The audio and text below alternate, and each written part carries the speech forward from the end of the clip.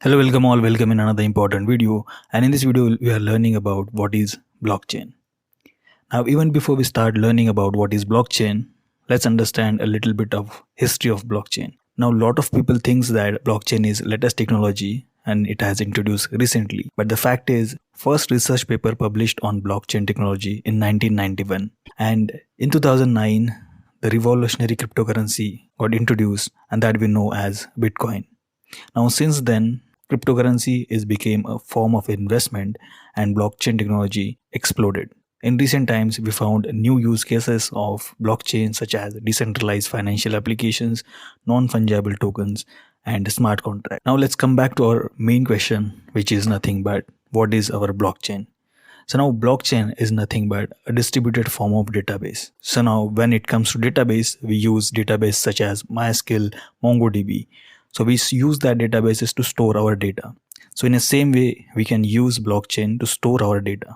Now to keep our data secured, blockchain stored information electronically in digital format. And to maintain the decentralization of storage, blockchain use multiple nodes and each node updates themselves with exact same copy of blockchain. And whole use case of this blockchain technology is decentralization. With the help of decentralization, one cannot steal our data, one cannot make changes without having enough permissions to change it, and that helps to bring transparency in the network. So the blocks in the blockchain are completely immutable. So if someone wants to temper existing blocks, he had to change entire blocks after that, which is next to impossible because each block in a blockchain requires a lot of computation to add new block inside the blockchain. And if someone wants to change any block in a blockchain, he had to compute that block. At the same time, he had to update hashes of the entire blockchain, which is next to impossible for anyone to do it. And if someone decided to do it, it will take several years for him to update that blocks. Now here is a diagrammatic representation of how MySQL and blockchain different from each other. So let's say I want to store names inside my database. So in MySQL, I will create a simple table and I will start storing my data inside of it. So now the place where I will start my MySQL server will be the centralized place. I will use one server where I will install my MySQL server and then I will start storing my data inside of it. But in a case of blockchain, we have multiple nodes, and as we know, each node in the blockchain holds exact same copy of the blockchain. So let's say here we have 3 different nodes and this node became unavailable due to some reasons. So there will be other 2 nodes and they will be able to serve all the services. Now the benefit that we get with the help of blockchain, if someone wants to change any data inside of the blockchain, he cannot do it because let's say if this node received a request to change this block in the blockchain, so this node had to take majority votes on his side to change this block in the blockchain. And if majority of nodes are not agree with it, he will not be able to change anything in the blockchain. But this is not the case with our MySQL server. This is stored in some centralized location and whoever will have access to this database, they can see our data, they can change anything inside of it. And that's exactly why blockchain exist, because blockchain don't allow any centralized authority or any centralized group of people to change anything without any consent. Here is another diagram which is representing how the blockchain flow works.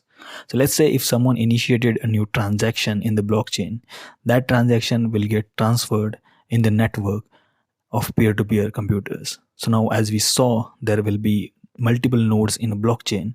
So any one of this node will receive this request and there will be a miners who will fetch that request.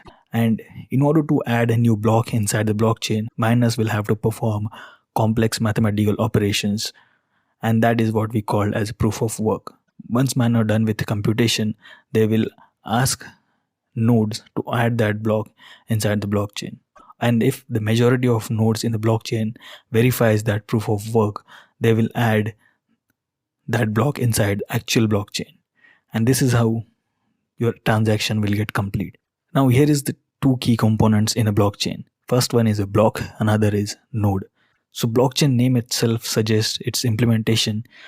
So there will be a chain of multiple blocks. So now each block hold different information, and the first block gets added in the blockchain.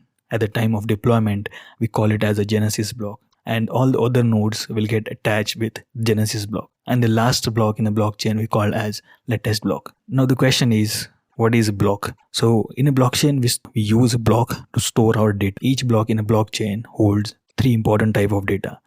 First is the data that we wanted to store inside the block. Second is hash of a current block, and then hash of a previous block. So for the genesis block, hash of a previous block will be 000. So now block 2's previous hash will be the block 1's hash, right? So now this is how each block will get connect with each other, and if someone wants to change anything inside of this block, hash of this block will get changed, and eventually this entire blockchain will become invalid chain. This is the reason why we call blockchain as one of the most secured way of storing data, because once the data is inserted inside the blockchain, we cannot change it as long as we have majority votes on our side. And there is another key component, which is nodes. Okay, so black dots, as you can see in this diagram, we can call it as nodes, and each node will have exact same copy of blockchain.